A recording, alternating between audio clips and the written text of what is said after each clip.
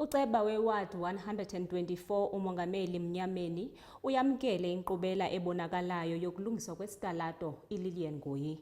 Uceba ukhuthaza uluntu ukuba lungamoshi izakhiwo kwaye ukwabacela ukuba xa beqhankqalaza bayeke ukusitshabalalisa.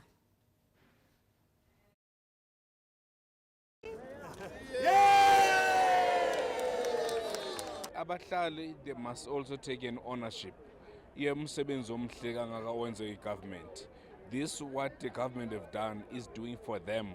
They must be able to protect it and to make sure that, there's nothing that will be vandalized. Vandalism, it must not happen at all. There is no reason abantu, when they when they go to a picketing, they decided to destroy infrastructure. It's totally no. It must not happen, and we can't tolerate that.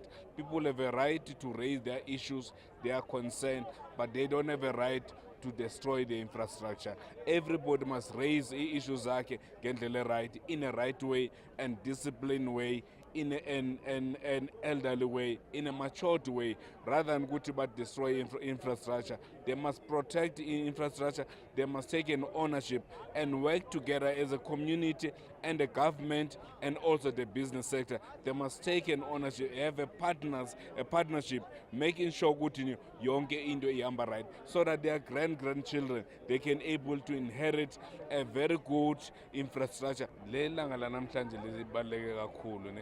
It shows and gives hope and the trust that our leaders that we have, in particular in the city of Johannesburg, we have a capable leaders who are dedicated, leaders who are able to implement and able to deliver the promise that they promised the residents of Joburg. Because they promise you, after an incident happened here at the explosion of this road, then they promise that they are going to make it a point that this road is going to be workable again. People will be able to drive, people will be able to walk walkways perfectly to make it more beautiful than it was. And that promise is